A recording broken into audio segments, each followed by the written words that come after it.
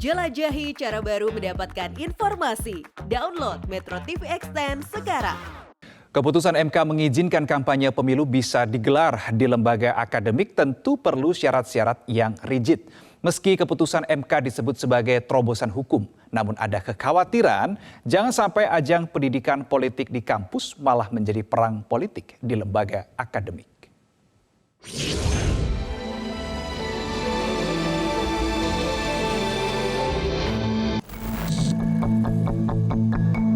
Adalah BEM Universitas Indonesia yang sedang menjadi trending karena memposting niat untuk menantang 3 baca pres yaitu Prabowo Subianto, Anies Baswedan, dan Ganjar Pranowo untuk adu gagasan di kampus UI. Rencana debat baca pres ini akan berlangsung pada tanggal 14 September 2023. Di tanggal 14 September nanti, kami akan memberikan kajian ilmiah tadi untuk kami serahkan ketiga bakal calon presiden ini. Akan kami tanya gagasannya untuk menjawab argumentasi-argumentasi kami. Dan yang paling penting, kami ingin kuliti isi pikirannya tentang bagaimana mereka mampu menjawab keresahan kami tentang banyak isu-isu yang berkaitan dengan masa depan. Seperti misalnya lingkungan hidup, pendidikan tinggi, kesehatan, reformasi kepolisian, dan lain sebagainya. Selain BEM UI, ada pula mahasiswa UGM yang siap mengundang baca pres. Ketua BEM UGM Gilbran Muhammad Nur mengatakan UGM akan menggunakan format Sarasehan sebagai model kampanye baca pres di kampus tersebut. Ide mengundang para capres ini akan direalisasikan usai pendaftaran capres ke KPU. Jika pendaftaran November, maka debat di BEM UGM akan digelar Desember 2023. Dengan tema Sarasehan tadi, kita akan menghadirkan masyarakat secara umum. Kita akan persilahkan kepada para capres ini untuk menyampaikan gagasan-gagasan mereka dan tentu kita kritisi. Selain itu, selain kita mendengarkan gagasan mereka, mendengarkan visi misi mereka, kita juga akan berencana untuk memberikan policy brief. Sementara itu, mahasiswa dari Universitas Airlangga menegaskan kampanye baca pres di kampus harus dihadiri semua calon. BEM UNER berjanji akan membatalkan dialog maupun kegiatan kampanye jika salah satu baca pres tidak hadir di lokasi acara. Sebelum adanya putusan MK itu sudah mempunyai rencana, Mas. Tapi karena hari ini kita terkendala bahwa ketika salah satu capres tidak konfirm hadir, maka dari pihak birokrat belum mampu mengizinkan karena takutnya kita akan dianggap partisan oleh beberapa pihak tertentu. Nah, sejauh ini memang kita sudah siapkan dan kalau memang nanti ketiganya konfirm hadir untuk baca pres ya kita akan berusaha memfasilitasi. Nah, untuk para bacalek sendiri ya itu akan fleksibel, akan lebih kondisional karena akan lebih mudah kita akses. Keputusan MK mengizinkan kampanye pemilu bisa digelar di lembaga akademik tentu perlu syarat-syarat yang rigid. Meski keputusan MK disebut terobosan hukum sejak era reformasi, namun jangan sampai konsep pendidikan politik di kampus malah menjadi perang politik di lembaga akademik. Tim Liputan Metro TV. Pemirsa, menyoal kampanye di lembaga pendidikan seperti sekolah dan kampus ini kami akan diskusikan dengan Koordinator Bidang Sosial Politik BEM UI, Tafi Hensan, Ketua BEM UGM Gilbran Muhammad, dan Ketua BEM Unsud Bagus Hadi Kusuma. Selamat malam Mas Tafi, Mas Gilbran, Mas Bagus. Malam Mas, selamat malam. Malam Mas. Baik. Saya ke Mas Tafi terlebih dahulu ya, karena saya ingin menyoroti diksi Ketua BEM UI di keterangan tertulis yang kurang lebih begini, ada kata-kata jika memang punya nyali. Memangnya adakah baca pres yang dinilai tidak bernyali, Mas Tafi? Oke, kalau dari kami sendiri kami tidak pernah menilai seseorang atau dari ketiga baca pres yang ada dan menunjuk salah satu pihak tidak punya nyali. Namun kita mengundang tiga-tiganya dan tentunya kalau misalnya tidak punya nyali, tidak punya ide, tidak punya gagasan untuk dikuliti, untuk disampaikan, berarti mereka tidak punya nyali dan tidak punya gagasan gitu. Itu kenapa mungkin Melki berbicara kalau punya nyali hadir gitu. Karena tentu untuk hadir sini punya nyali gitu. Karena kita mahasiswa akan menguliti benar-benar, akan menanyakan benar-benar, dan juga akan memaparkan kajian yang udah kita buat dan menanyakan juga kepada tiga baca pres ini kira-kira apa sih gagasan jika mereka terpilih selama 5 tahun ke depan untuk memimpin bangsa gitu. Tentunya hal ini butuh nyali Mas, mungkin makanya kita menggunakan diksi nyali gitu. Oke. Tapi begini Mas Tafi, kalau kita melihat sequence waktunya ya, setelah MK memutuskan bahwa boleh ini kampanye di lembaga pendidikan, sekolah dan juga kampus, kemudian sangat reaktif itu BEM UI dengan langsung menawarkan seperti yang tadi diksinya sudah saya sampaikan begitu ya. Kenapa BEM UI memandang atau begitu reaktif menilai hal ini? Apa yang dipandang perlu 6 bulan menuju pemilu 2024 dan masih belum ada sampai saat ini BEM UI menilainya? Oke, ya sebenarnya bukan reaktif ya Mas, tapi kita memanfaatkan juga gitu. Kenapa? Karena ya sudah sekarang menurut konstitusi ini sudah boleh gitu.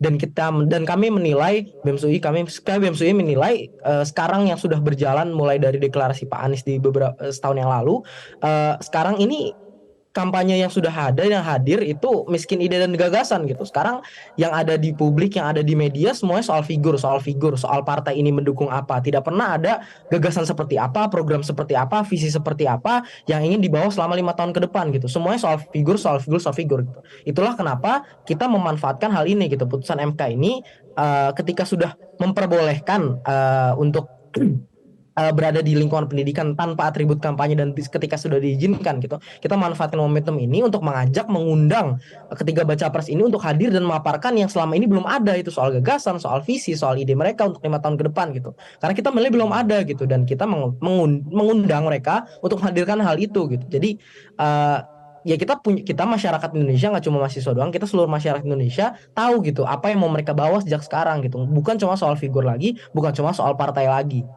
Oke, berarti yang Anda nilai selama ini yang baru muncul hanya kefiguran, ketokohan, drama, mungkin gagasannya belum keluar ya. Saya bergeser ke Mas Gilbran. Ketika MK mengizinkan kampanye di sekolah dan kampus, Mas Gilbran, Anda menilai ini sebagai angin segar atau angin pengar bagi demokrasi di Indonesia, Mas Gilbran? Tentu menjadi angin segar ya Mas. Kami dari BEM UGM sepakat bahwa putusan MK tersebut memberikan impact yang besar bagi demokrasi Indonesia. Terutama satu hal, teman-teman dan masyarakat sekalian. Masuknya kampanye di dalam kampus atau dalam institusi pendidikan, harapannya mampu memberikan corak intelektual dalam demokrasi kita. Jangan sampai, sekali lagi teman-teman, jangan sampai kampanye di kampus, jangan sampai capres-capres masuk ke kampus, hanya menjadikan lembaga institusi pendidikan sebagai tempat pelacuran elektoral. Jangan sampai menjadi lumbung elektoral saja, tanpa kita screening gitu, tanpa kita uji, kalau kata teman-teman BEM UI, tanpa kita kuliti. Jangan. Jadikan sekali lagi teman-teman, demokrasi kita, demokrasi yang intelektual, manfaatkan momentum MK ini sebagai salah satu corak, salah satu pemberi warna bagi demokrasi kita yang, yuk semakin kesini kita semakin intelektual dalam berdemokrasi. Seperti Impact itu, Mas. besarnya menurut Anda seperti apa ketika boleh kampanye di lembaga pendidikan, kampus begitu? Impact besarnya seperti apa?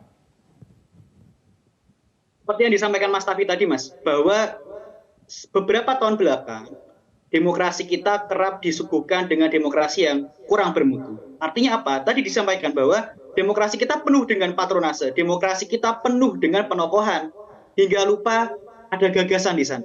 Hingga lupa bahwa pemilu adalah momentum titik balik bangsa. Tak hanya sekadar kawin-mengkawinkan partai, tidak hanya sekadar capresnya siapa, cawapresnya siapa, tidak. Tapi lebih dari itu, pemilu adalah salah satu atau bahkan satu-satunya titik balik bangsa dalam konteks demokrasi. Sehingga perlu untuk dimaknai sebagai langkah tadi, intelektualisasi demokrasi. Oke, Seperti itu, Mas. baik. Saya bergeser ke Mas Bagus, Ketua BEM Unsud. Apa tanggapan Anda ketika ada kekhawatiran kampanye di sekolah ini rawan ditunggangi dengan beragam seragam yang dilekatkan di tunggangan itu? Mas Bagus. Ya, coba mengomentari soal ini ya Mas ya. Bahwa sebenarnya putusan MK ini adalah salah satu angin segar menurut saya, karena akhirnya baca pres dibawa ke institusi pendidikan yang dimana entitas di dalamnya itu secara psikologis kognitif tuh mapan. Tapi kalau bisa kita bicara tentang bergeser ke sekolah ya, ke SMA, itu adalah hal yang tidak etis, Mas. Karena mungkin siswa belum jauh pikirannya dan belum matang narasinya. Nah makanya kenapa tadi Mas Tafi, Mas Gilbran menyampaikan, saya pun juga berpendapat bahwa baca pres harus dihadirkan di tengah mahasiswa. Biarkan nalar kritis kita yang mengkuliti mereka, biarkan daya pikiran kita yang membedah mereka semua. Akhirnya personifikasi fisik itu nggak akan muncul. Tapi kita bicara tentang gagasan, sekarang kita di sini kumpul sebagai Gen Z, kita bicaranya adalah gagasan, argumentasi. Gitu, Tanpa ada ketakutan untuk ditunggangi? Kalau ketakutan untuk ditunggangi, ya kita hadirkan head to head. bertiga. Karena pada dasarnya kalau ada narasi menunggangi, berarti itu mengkhianati jiwa independen mahasiswa. Karena mahasiswa di sini adalah independen, jadi harusnya kita menyingkirkan narasi tersebut, menyingkirkan wacana tersebut, bahwa di sini kita berpikiran jernih, punya nalar kritis, kita serang mereka dengan nalar kritis kita. Baik, Mas Tafi, Mas Gilbran, Mas Bagus, kita jeda dulu. Nanti usai jeda kami akan kembali untuk melanjutkan perbincangan malam ini. Pemirsa tetap bersama kami di Prime Time News. Kami menyambut baik. Saya sampaikan terima kasih kepada BEM UI yang sudah mengundang. Ini adalah saatnya bagi masyarakat untuk melakukan penilaian secara objektif. 3 aspek. Rekam gagasan, rekam karya yang sudah pernah dikerjakan, dan rekam capaian, prestasi. 3 ini, rekam gagasan, apa gagasannya, yang kedua, apa saja actionnya, apa saja karyanya, yang ketiga, apa saja prestasinya. Dan rasanya kesempatan seperti itu baik untuk mahasiswa memfasilitasi, dan mahasiswa punya tanggung jawab moral, tanggung jawab sejarah sebagai bagian yang ikut memperjuangkan demokrasi di Indonesia di tahun 98. Sekarang mereka menjadi bagian. Belum apa-apa kok juga.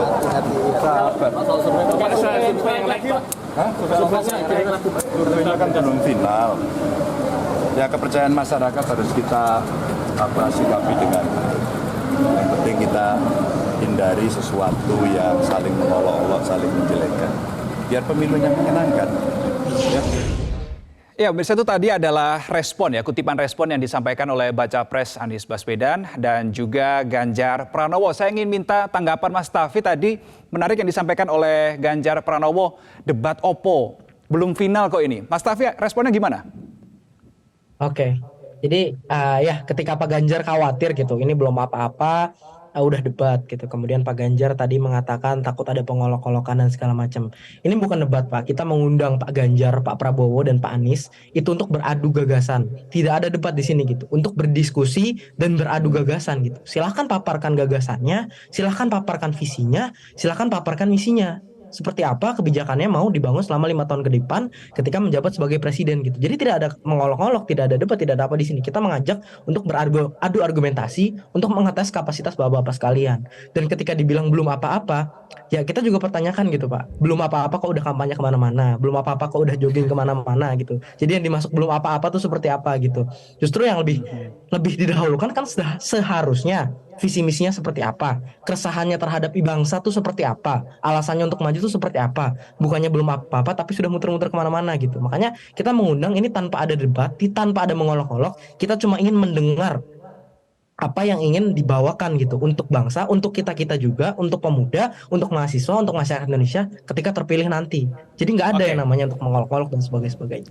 Nah, Anda optimis ketika ada izin kampanye di sekolah, di kampus begitu, ini pasti akan linear dengan minat anak muda untuk menyalurkan hak suaranya tanggal 14 Februari tahun depan, mengingat 50% lebih pemilih di pemilu 2024 adalah anak muda. Oke, ya ini menurut saya bisa dimanfaatkan dengan baik gitu, Mas. Ketika sekarang mungkin angka golput itu datanya semakin tinggi dan kita pemuda gitu, kita bisa lihat gitu sekarang kepedulian terhadap politik tuh rendah gitu, kepercayaan terhadap politik tuh rendah, bisa dilihat gitu, teman-teman sekitar kita segala macamnya. Ini ketika bisa dimanfaatkan dengan baik tentu bisa mendongkrak kedua hal tadi gitu. Dan ya tadi yang harus dijaga adalah sistemnya gitu, baik dari KPU maupun Bawaslu gitu. Mungkin harus lebih rincikan lagi sistem seperti apa yang diperbolehkan, debatnya seperti apa, karena kalau dibilang emang rawan atau tidak pasti ada kerawanan di situ gitu. Terutama mungkin untuk teman-teman SMA dan sebagainya macamnya gitu. Dan teman-teman kampus-kampus SMA negeri gitu. Mungkin guru-guru atau dosen-dosen segala macamnya ketika punya kepentingan politik, nah itu juga bisa jadi celah gitu di situ gitu. Ataupun ketika hanya mengundang salah satu capres gitu, itu bisa jadi celah gitu di situ. Oke, saya ke Mas Gilbran. Saya ada info yang saya baca, saya dapatkan bahwa nanti di UGM tidak hanya akan menggelar diskusi, debat, atau sarasehan apapun itulah diksinya ya, tapi juga ada kontrak politik. Jadi apa maksudnya dengan kontrak politik ini, Mas Gilbran?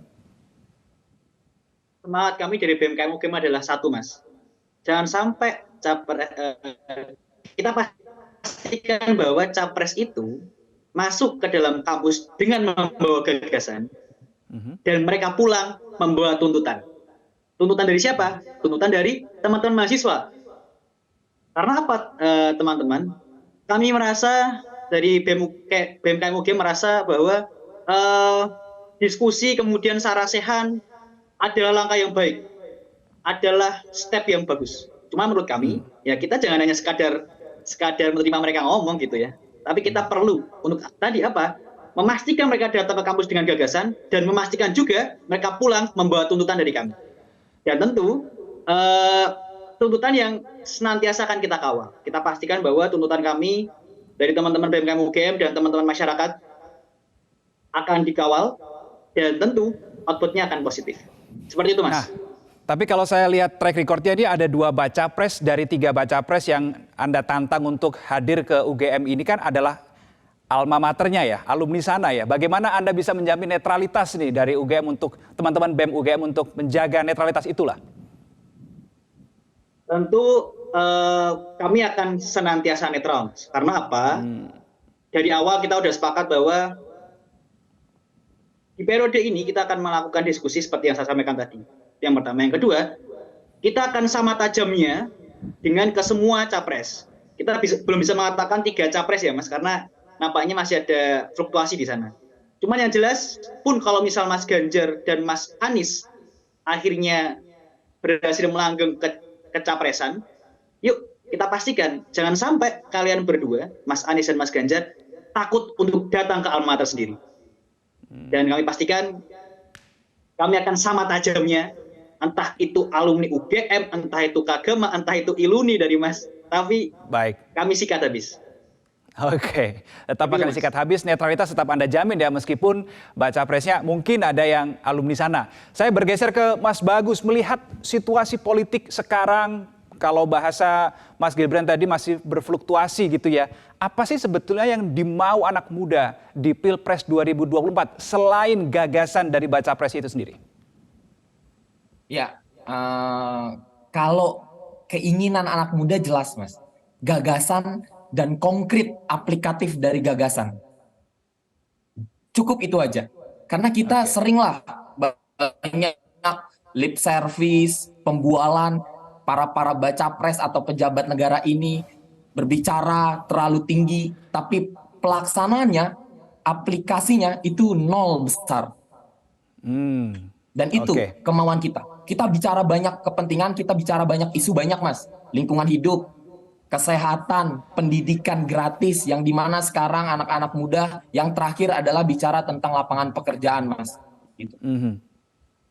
Itu. Jadi mahasiswa, anak-anak muda pengen banget bahwa para baca pres adu gagasan dan juga bisa mengaplikasikan. Dan jangan sampai gagasannya itu punya kesesatan perencanaan dan alur berpikir yang rumpang Mas. Oke, baik. Satu pertanyaan terakhir nanti dijawab bergantian oleh Mas Tafi, Mas Gibran, dan Mas Bagus, tapi singkat saja ya. Pertanyaan saya begini, apakah Anda masih percaya dengan para elit politik Indonesia, termasuk 3 baca pres namanya yang sampai dengan saat ini masih ada? Diawali dengan Mas Tafi dulu, singkat saja Mas. Oke. Percaya atau tidak, tergantung hasil debat nanti, tergantung hasil diskusi nanti, apakah mampu memberikan kepercayaan bagi kami sebagai mahasiswa dan sebagai pemuda dan sebagai masyarakat Indonesia. Mas Gibran?